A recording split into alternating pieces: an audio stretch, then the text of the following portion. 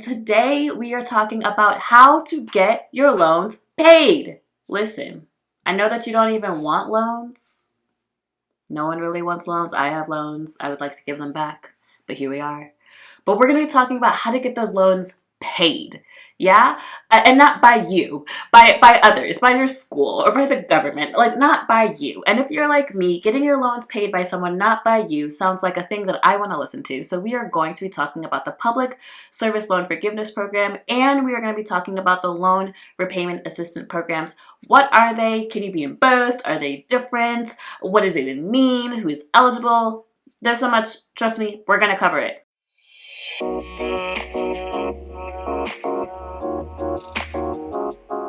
I'm really excited because today we have such a special treat.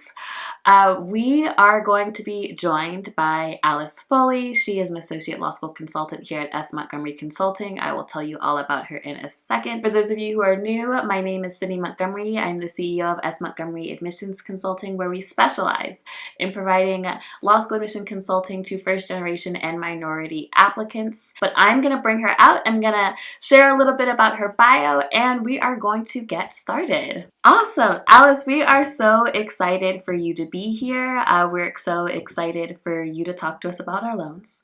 Alice Foley received her BA from West Virginia Wesleyan College in 2009 and her JD from West Virginia University in 2013. She has spent almost the past decade, y'all, in law school admissions. She worked for the past 6 years as the assistant director for enrollment management at WVU, and prior to that, she was at the University of Kentucky. And she has spent most of her time traveling the country and meeting with students interested in law school, reviewing their files. So when Alice gives you advice, know that it's coming from straight from the other side of the desk. She has literally spent 8 years reading applicants' files. That's it. That's what she's been doing for the past 8 years. We are so excited and so happy to have her here full-time with us. Alice, welcome. I know I just gave that bio, but tell us just a little bit more about yourself. Sure. So I, like you said, have been in admissions for almost a decade. Full disclosure, I started working in admissions when I was still in college. Like, I've been doing this since 2006 when I got to college. I love it. I love working with people that are interested in going to college, going to law school. I am Appalachian born and raised, so working with students, especially from this part of the country, and we see a lot of first generation students from here, being able to help them through the process that I didn't get a whole lot of help in. I was figuring it out on my own. My parents were wonderful, but they didn't go to law school. They don't know how to do this. Neither one of them went to college right after high school like I did. So it was a totally different experience for me. And they were super supportive, but not super knowledgeable. Love them dearly for it, as much as they tried. But yeah, and then now I try to travel when I can. I've been kind of stuck at home for the last 2 years like everyone, and I'm excited to get back out on the road, see new places, all of that fun stuff. I've taken up baking. If anyone wants good recipes, I got you covered. And now I'm on this side of the desk working in private consulting, and I'm so excited. No, we're really, really excited to have you here too. One of the things I wanted you to touch on is, and you kind of touched a little bit about your family and, your own journey into law school. And, I was also the first lawyer in my family, so that's something that you and I connected on kind of right off the bat. Alice and I actually have a lot in common. My hair is not purple, but I do appreciate the color. One of the things I wanted you to touch on is kind of what are some of your favorite things about admissions, kind of why it's easy to get into admissions, but you've stayed in admissions for such a long time, which is a true testament to just your love for the field. So what is it about admissions that keeps you here, that you love? Oh my gosh, that's such an easy question to answer. My students. Honestly, the best part of my day is sitting with a student, whether it was while I was working for a college or a law school, or now with my students, then I can help them go wherever it is they wanted to go. But sitting with them and watching them have that aha moment, or seeing them visibly relax when they have a question that they've been worrying about, stressing over, and then they get that question answered, or they realize something that they didn't think about that could be an avenue for them to get law school funded, or realizing that maybe the law school they thought was completely out of the question is not. and being a part of that journey with them. And then when I was working in colleges, being able to see those students after they come to law school, as they begin their journey as little lawyers, it's so wonderful to me. Having gone through law school myself, the other thing that I really, really loved being able to do for my students is law school can get tough. Like there are days when you're going to hate all of it. It's not most of the days, but some days you just like, you need a minute. You need somebody to be like, you got this. Today is going to suck, but tomorrow will be better. Or the next week is going to be better. Just because you think you maybe bombed that interview, you didn't. And if you didn't fit with that company, there's going to be another one. And my students always knew that my door was open for that. And being able to have those conversations and just be with them through this journey really has been what's kept me here. I love that so much. I think I would definitely agree that my students, for me, I'm like very much like an empath, and I also just get very invested in our students, right? They're like literally tiny parts of like our big family, and I love and feel honored when we get to be part of their family. And I've met parents and grandparents and siblings, and to really be part of that has been really lovely. I would love for you to take just a minute before we dive into loans. I would love for you to take just a minute to let me know kind of what is your role here? What do you do? How do people work with you? Talk to me about it. Yeah, absolutely. So since joining the team a couple of months ago, I have been slowly picking up my own clients, and I work with students from the start of the process, building out what schools they want to go to, what they're looking for in a law school, and then working with them through the whole process using the curriculum that you have lovingly built that is so great. And I really wish every applicant that I have read in the last 8 years had had a chance to see what we talk them through in how to build their essays and how to make a compelling story that centers them and maybe not the things that have happened to them. But it's a lot of that. I am leading our application boot camps right now. Woo. So if you are interested in doing small group application work, so it's me and you, and then a handful of your closest friends, we cap them at 5, so small group. And we work through the whole process. Again, building your school list, figuring out how to do your application, writing all of those essays, any supplemental things that you may need, all of that. I'm pretty much a one-stop shop. Yeah, absolutely. Everything that you can think of. And we work really collaboratively together. I mean, we are literally talking all the time about all of our students. And so I'm really excited to have brought you onto the team. It's been fun. And I think also just good for our students because you don't only get one person, you get 2 different people working dedicated with you. And I think that's just really beautiful. And it doesn't cost you anymore.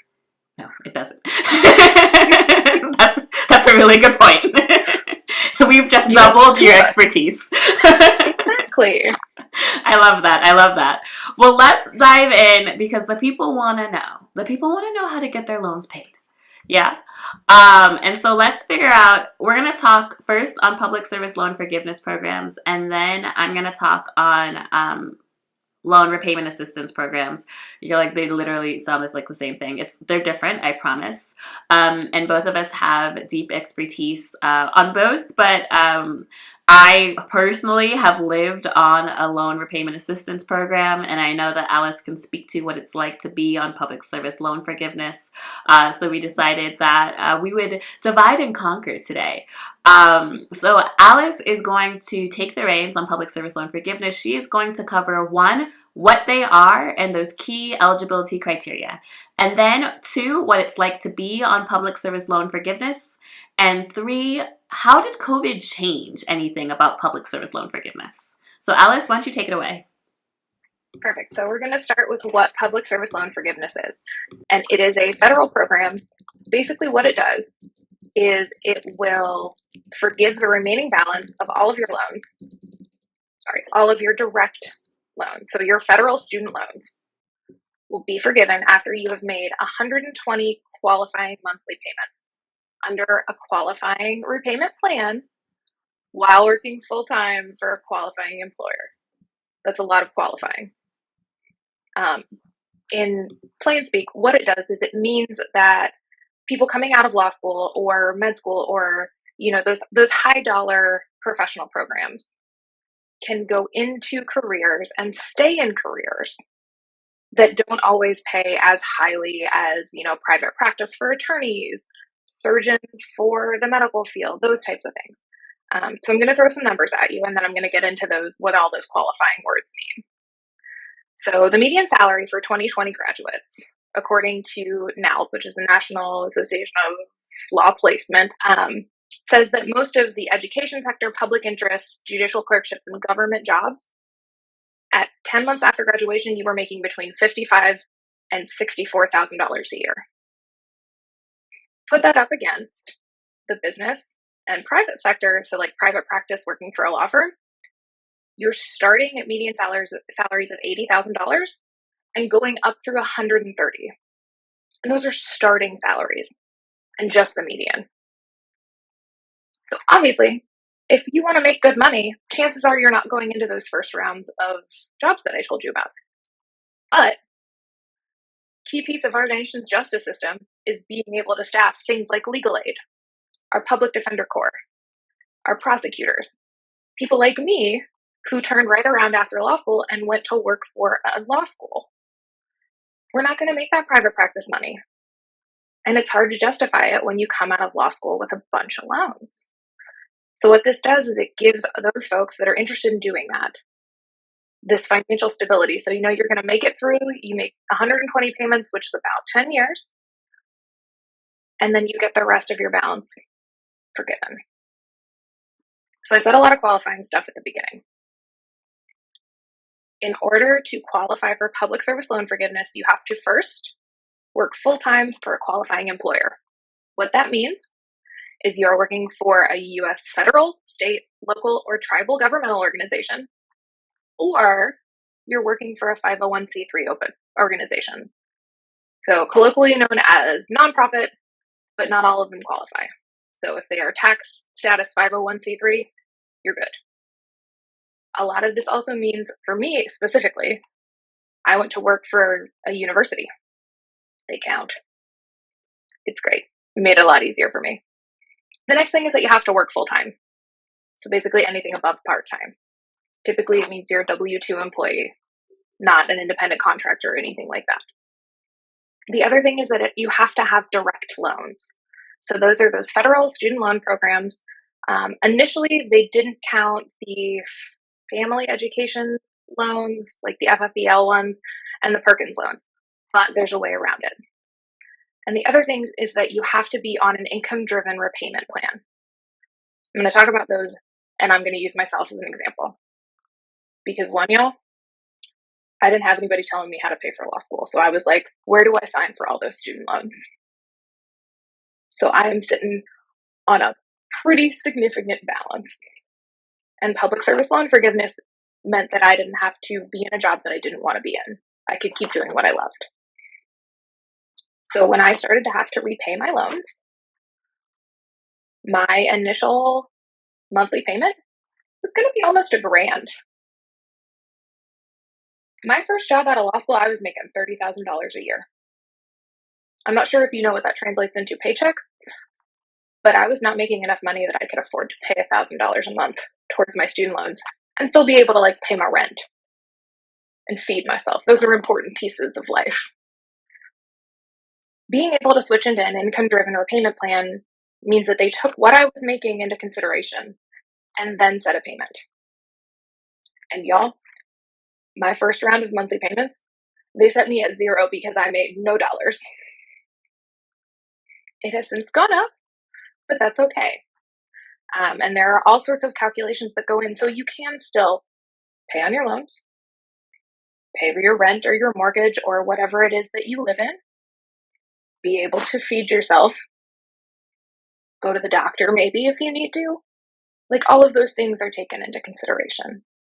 And then the very, very last piece is making those 120 qualifying payments. One of the super nice things is that they make it really easy for you to track how many payments you've made. It's kind of sad when I look at mine now because I thought it would be a lot closer, but I'm not. It's okay. It's all right.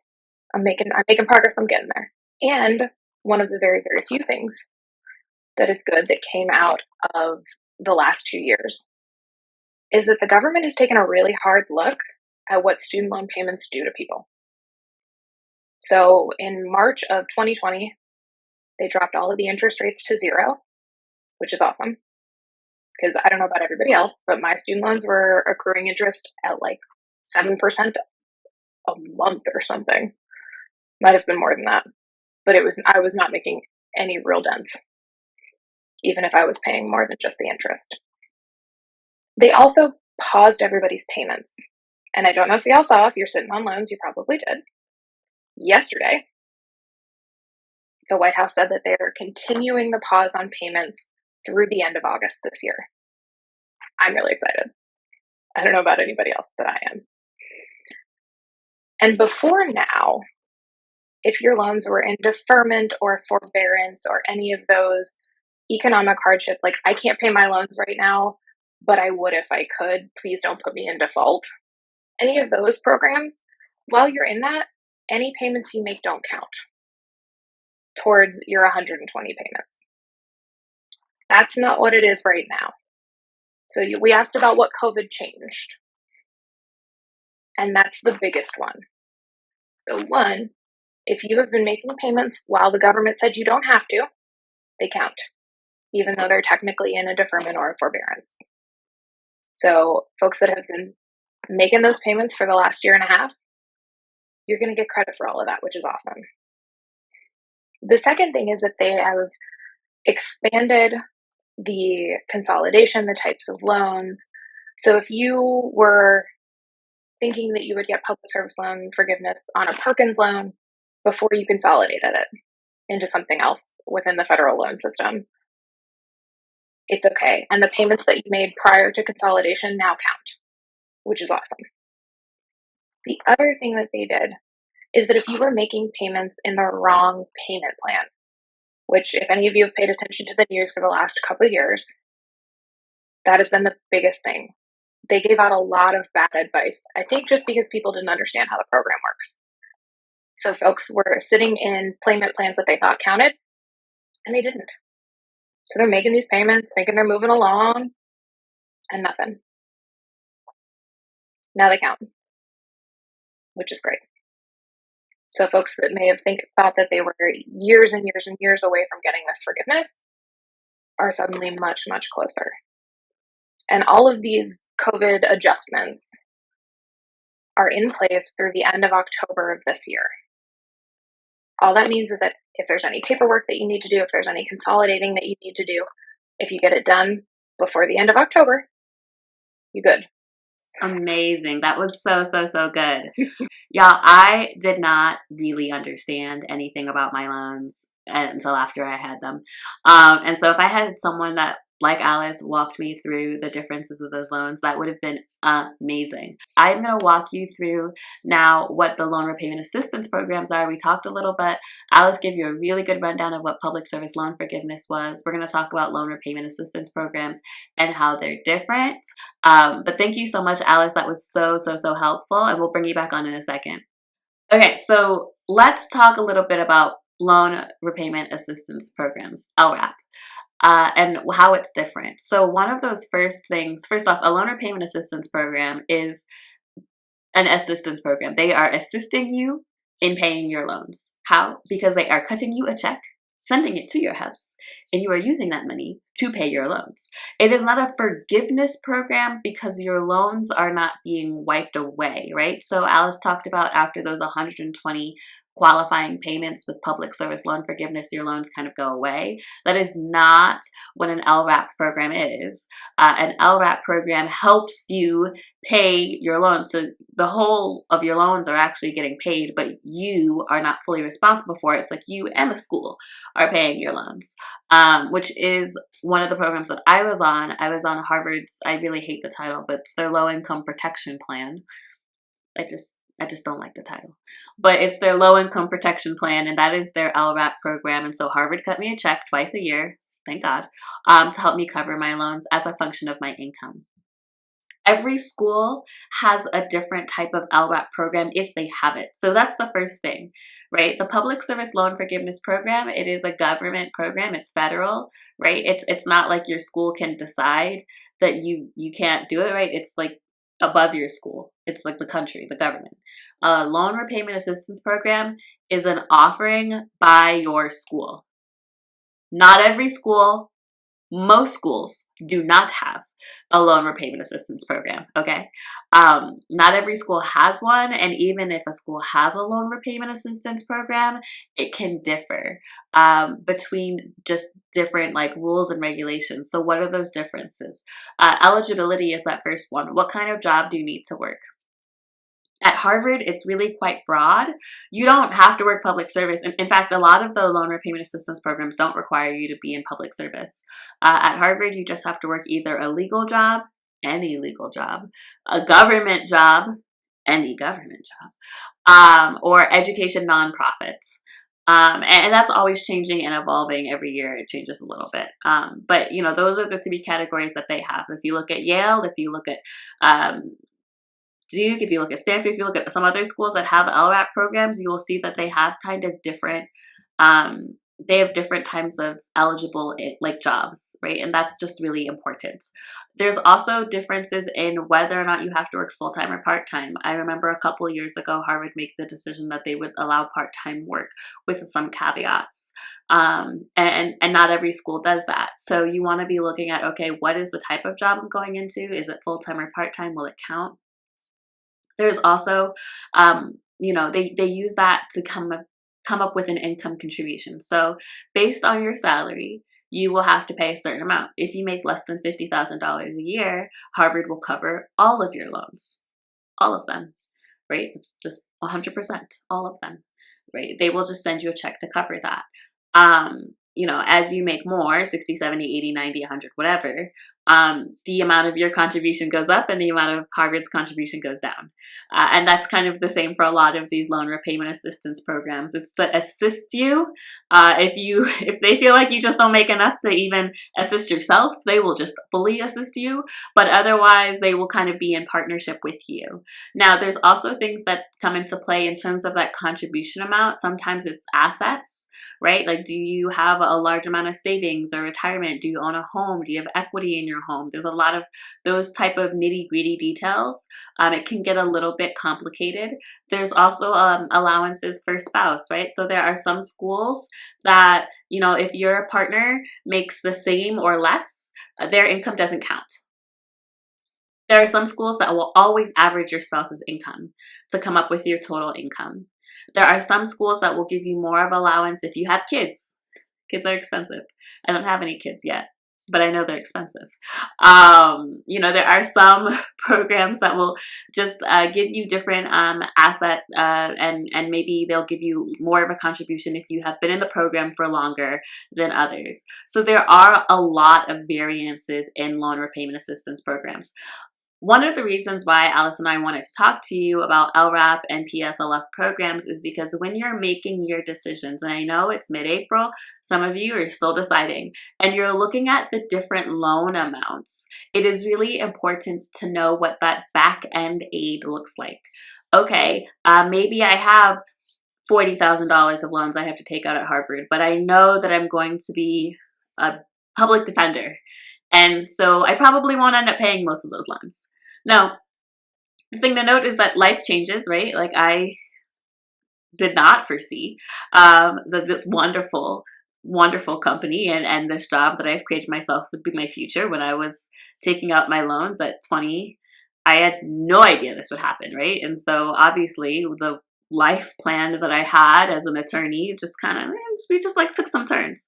So there's always that, you know, as you kind of think about what do the next 10 years look like, and it's most loan repayment assistance programs, they do kind of put your loans on either 10 or 15 years. At Harvard, it's 10, right? So it's a pretty aggressive payment. I'm just gonna be very transparent with you. I think my total monthly payment's like $3,000. I've never paid $3,000. I don't ever intend to pay $3,000, but I think technically that is what my monthly payment is. We thank God for Harvard's checks. Because who is paying $3,000 a month? I don't know. people, I suppose, not me, not Sydney. But you know, but it's aggressive, right? It's an aggressive 10-year plan. And I was comfortable with that because I was 24 when I graduated from law school. And I was like, okay, so when I'm 34, I will be debt free. And well, that sounds great. You know, and that was a good feasible plan for me. COVID and pandemic notwithstanding timelines.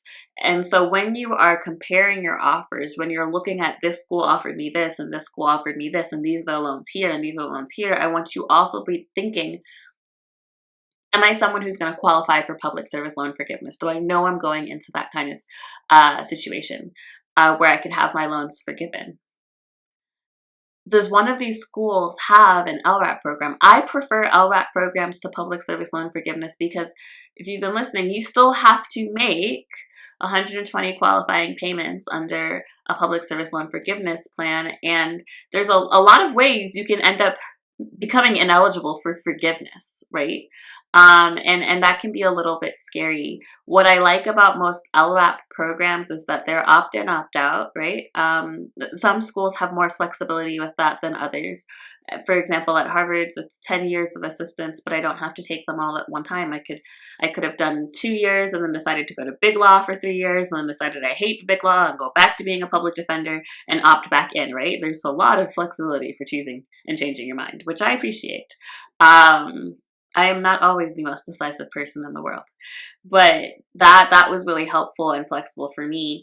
And I know that even if, let's say, you know, I'm not eligible, I'm actually currently ineligible, right? And so, you know, even when I lose that ineligibility, I don't have to pay any money back, right? And I still received assistance for 3, 4, 5 years, right?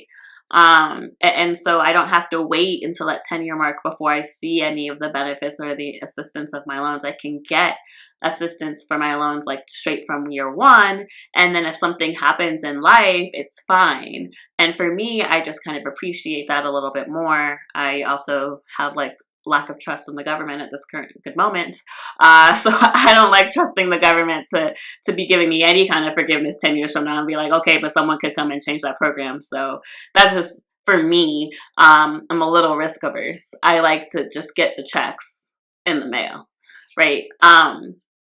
So that's something to be thinking about when you're looking at your offers. If there's a school that offers a strong LRAP program, you should take that into consideration and think seriously about what is the type of job that I think I'm going to go into. These are the calculations. I did do this before I chose Harvard, right? I said, okay, I think this is the type of job that I'm going to get. I know I'm going to move back to Maryland. I wanted to move back home with my sister, and I knew I was going to do family law, which I did. And I'm in the suburbs, not in a big law firm. So I was making about $65, $70. And they rolled in some of my undergrad debt, which is so important. I didn't have a lot from Princeton, but I did have some, and that got rolled in as well as part of their assistance. And so I could see, okay, I'm going to qualify for, I mean, I think they paid, when I clerked, they paid 100% of my loans. And then when I was at a family law firm, I think they paid 80-something% of my loans, right? Which is still a lot. And I knew that was something that even though I was taking out these loans, I was going to have a lot of assistance from Harvard afterwards. And that gave me a lot of surety and confidence going in and making my decision. Because the amount of loans that I would actually end up paying was very small. And so those are kind of the things that went into those decisions. And I know this can be complicated. I have another video too from last year on loan repayment assistance programs. I definitely recommend checking it out. We also have a blog on that. But I did want to make sure that you knew kind of what the differences were between the two programs and whether or not it makes sense for you to choose a school based on their LRAP program or ask them about public service loan forgiveness. I will also say this is something that I try to stress to applicants all the time. When you are trying to make a decision, you are in the driver's seat in terms of what information you need to make a good decision. If you don't understand a school's loan repayment assistance program, call Student Financial Services. Call them up. They are not going to rescind your application or your admission because you called them up. Call them up and be like, hello, hi, I'm an admitted student, so excited, Sunnyside University, my jam, right? I just am really having a hard time understanding this loan repayment assistance program situation. Is there someone in your office who would be willing to just walk me through it? If they say, no, we don't have time, blah, blah, blah, blah, blah, listen, you don't need to go to that school, okay? Because that's their job. It's student financial services. They are to help you with your finances. And if you are going to be a student there, you would want a student financial services who is available to you to talk with you about your loans or whatever, right? Student financial services at Harvard was so helpful for me. They ended up helping me with my medical expenses. I have lupus, and I didn't know that at the time. And I was just like going to doctors all the time. And they ended up giving me a grant every semester for my medical expenses, which I didn't even know that they had, right? I didn't even know. Ask not, receive not. So even when you are trying to make a decision about a school, I want you to get all the information that you can possibly have. I want you to ask questions. I want you to make sure that you understand the different loan repayment options and what the loan would mean. Like, do they have a loan calculator? Look at the monthly payments. Like, make informed decisions. You heard Alice say she just signed things. Listen, I just signed things. Don't be like us.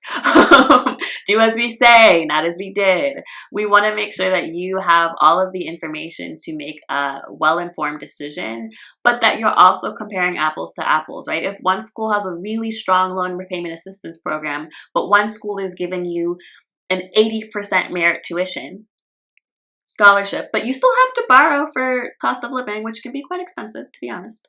That can seem like, well, this school's just not giving me that much because I had to take out all these loans, and this school is giving me a lot. But the reality is, this school might end up overall being more affordable because of their loan repayment assistance program. So you have to actually really do the math, right? That's why I'm always telling you guys to look at the net price too. Don't just say, well, this school gave me $50,000 and this school only gave me $40,000. When in reality, the $40,000 scholarship covers like almost 100%, and this $50,000 scholarship covers only 30%. Like, I need y'all to do math, right? And really dig down into the numbers and make sure you understand the decisions that you're making financially. Yeah, I love talking about loans, like says no one ever, I know. But there's just not enough information out there about loans. And so we want to make sure that you guys have all of the information that you need. So guys, we have really enjoyed being with you here today. As always, you know, if this was helpful, share it with a friend of a friend, a friend of a friend of a friend of a friend. Make sure that you like and subscribe, rate and review. Have questions, submit them to bit.ly/breakintolawschool, and we will see you guys very soon.